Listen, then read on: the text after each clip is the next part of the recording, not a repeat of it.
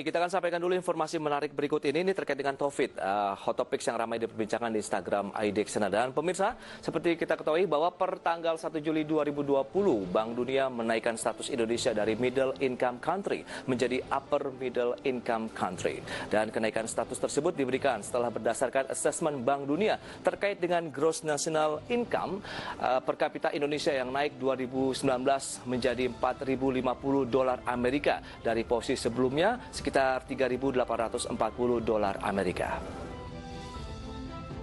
Ya, informasi ini pun di-like lebih dari 2.700 netizen dengan komentar yang sebagian besar justru nampak tidak senang. Kita akan coba cermati apa saja komentar-komentarnya. Dari Abren 3012 menyebutkan fakta versus data berbeda.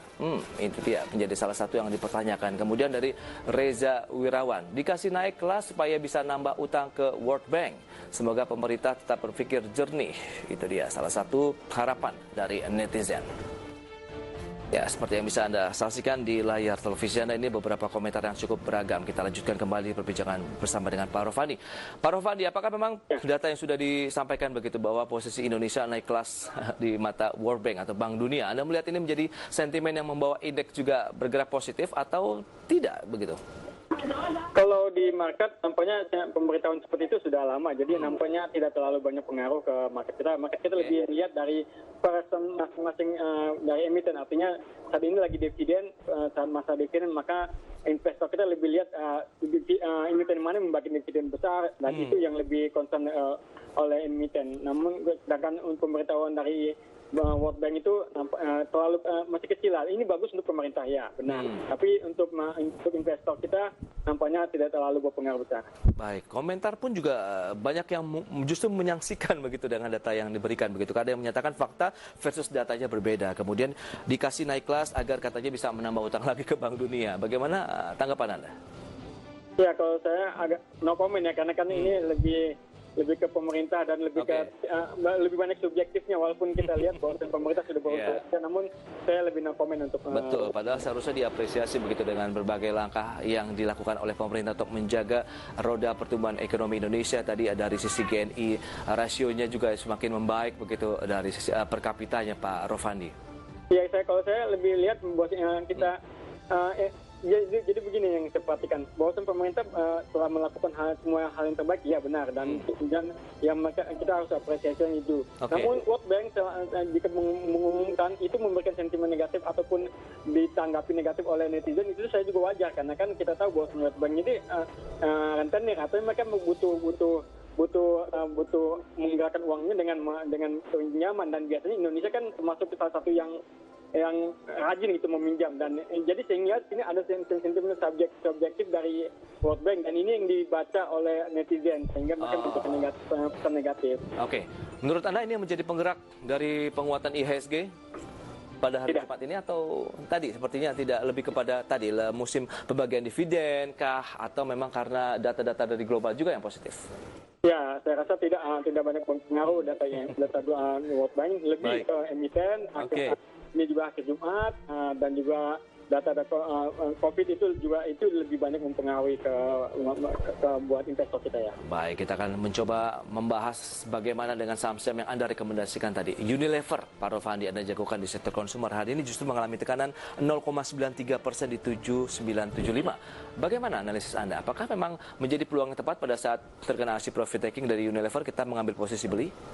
Iya. Memang wajar terjadi take profit, karena kan kemarin itu Unilever naik tinggi 3,8%, sehingga bentuk kalau lihat dari candle-nya lumayan panjang, bullish candle, sehingga terjadi take profit. Apakah kedepannya akan bagus? Saya rasa ada potensi dia akan kembali ke 8.100 saat ini, memang mengalami koreksi. Namun masih ada sinyalnya bahwasanya dia akan kembali lagi pick up, sehingga bisa melakukan buy out di Unilever. Namun tetap harus perhatikan area stop loss untuk Unilever. Jika memang tidak kuat sampai ke area supportnya, stop lossnya harus langsung dilaksanakan. Beberapa waktu kemarin kita lihat ada informasi yang menarik, di mana ada informasi 21 karyawan Unilever di pabrik Cikarang positif COVID-19 ini. Bagaimana? Apakah itu yang membuat tekanan terhadap Unilever pagi ini?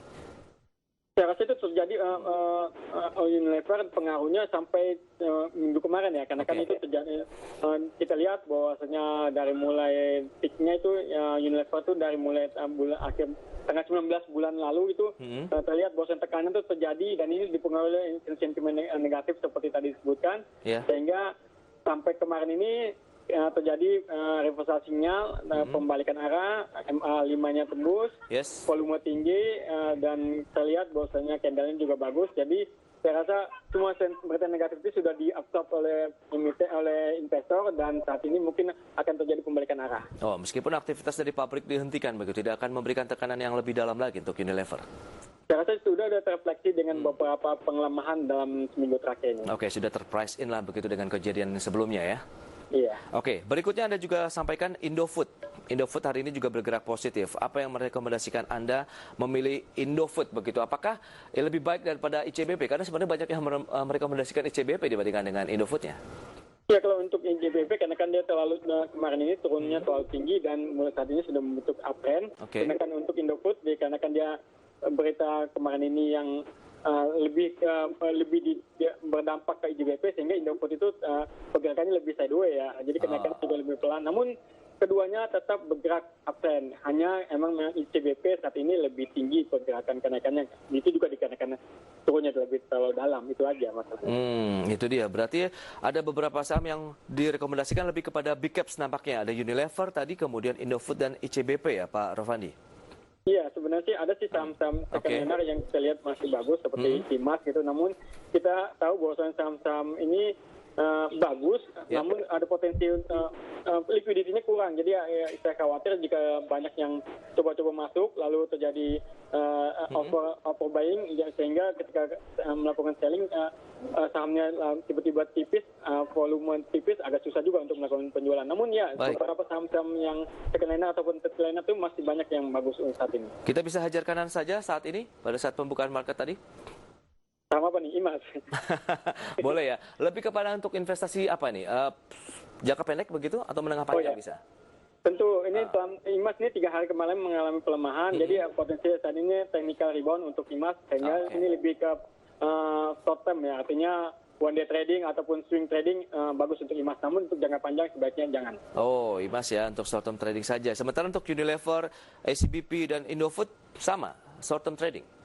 Short term bisa dan long term bisa, jadi makanya saya lebih rekomendasikan saham di blue chip, karena kan dia walaupun nanti masuk ke supportnya tembus, masih ada support selanjutnya yang dimana ini ada potensi lagi untuk kembali. Namun untuk short term, ya memang ada, jika tembus support awal, cut loss sebaiknya langsung dilaksanakan. Baik, tadi ada Ali juga Anda sebutkan ya Pak? Ya, untuk Ali juga LD dan LSIF juga saya lihat ada potensi untuk rebound. Rekomendasinya juga untuk menengah panjang bisa ya? Iya, karena kan saat ini masih bergerak uptrend, uptrend untuk monthly ya, jadi ada potensi untuk naik lagi. Baik, Pak Rofadi, ini menarik ya terkait dengan rekomendasi yang diberikan. Tapi kita masih ada satu segmen lagi nih, nanti kita akan bahas dengan perolehan dari dana segar pemerintah dari surat utang yang sudah dilelang itu sekitar cukup besar, 304 triliun Pak Rofadi. Kita akan jeda dulu sebentar.